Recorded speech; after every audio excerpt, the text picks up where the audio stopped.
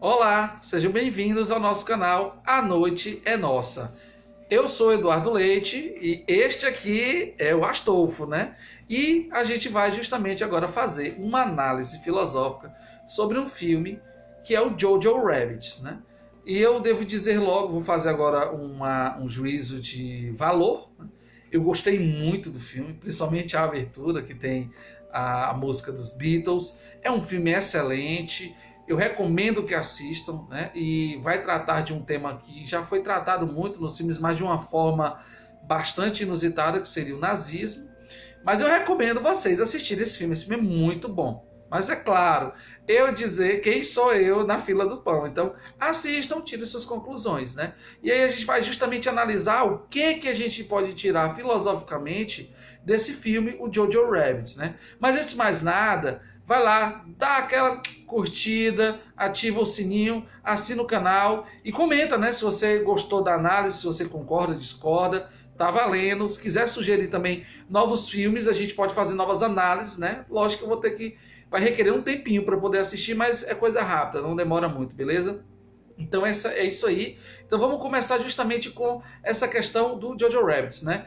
Que no caso, o filme retrata a história de uma criança que, muito fofinha por sinal, que no caso ela idolatra, né, o Hitler. Ela é uma criança que vive naquele período da Segunda Guerra Mundial, então toda aquela propaganda do Goebbels, né, do Joseph Goebbels, aquele que é conhecido pelaquela frase, uma mentira contada várias vezes se torna uma verdade. Pois é, o filme vai mostrar justamente que aquela criança, ela idolatra o Hitler a tal ponto que seu amigo imaginário, ou seja, aquele elemento que a criança tem, que é mais próximo da maior pureza possível, da inocência possível, que seria um amigo imaginário, pois é, o dele era o Hitler. E sim, o Hitler ele é mostrado de forma caricata e é proposital.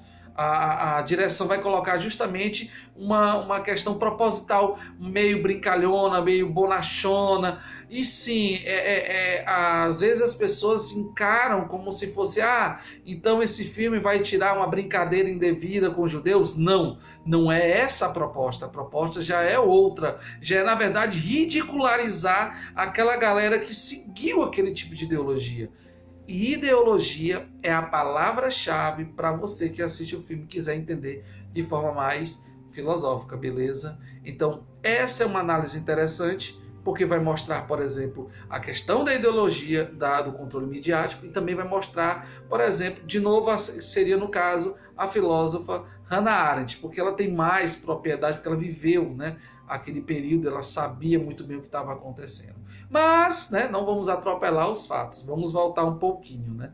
Então o filme mostra esse menino, né, que idolatra o Hitler, que venera o nazismo e que é um menino que é alienado, como a gente espera de qualquer criança, né? Ele não tem aquela questão do engajamento político de forma, né, consciente. Ele segue a massa, né? Ele segue aquele controle e ele começa a idolatrar tanto o nazismo que ele chega, e pasmem, né? Ele chega a entrar num acampamento para nazistas de criança.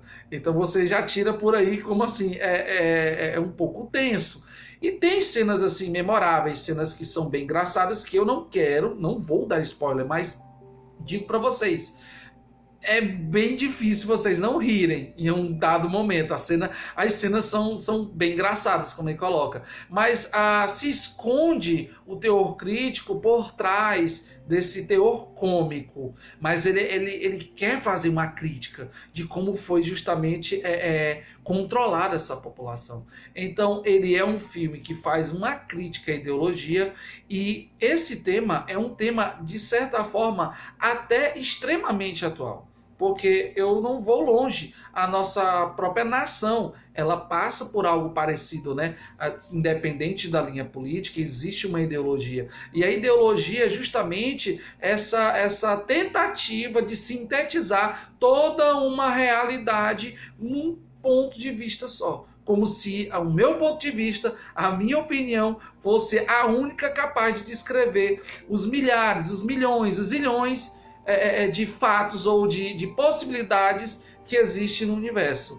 Nossa, que sorte eu tenho da minha ideologia ser a correta, né? Pois é, o filme ele mostra isso, ele vai brincar com isso, de como a ideologia ela pode controlar as pessoas até o ponto delas criarem uma ficção na cabeça, de chegar ao ponto de acreditar. É claro, eles brincam com um tema sério, mas não é porque brincam com um tema tão sério assim que eles não possam também ter aquela sinceridade, né? Aquele trabalho sincero, aquele trabalho mais crítico. Então, óbvio, o filme vai mostrar justamente essa questão da ideologia que é defendida, porque muitos acreditavam, outros não estavam nem aí, mas como já estavam lá mesmo, não tinham para onde correr, tinham que seguir, né? Então existia todo esse debate sobre o que eu acredito, o que eu faço, realmente eu acredito que seja correto, que no caso é o que a ideologia ela tem a tendência a fazer com as pessoas, de fazer as pessoas seguirem uma linha chamada uma linha militante,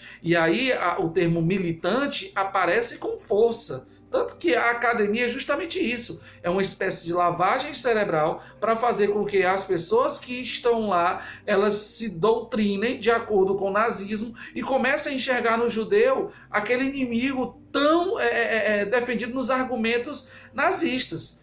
Só que o interessante desse filme é porque é mostrado uma situação que é adversa ao que o menino iria pensar.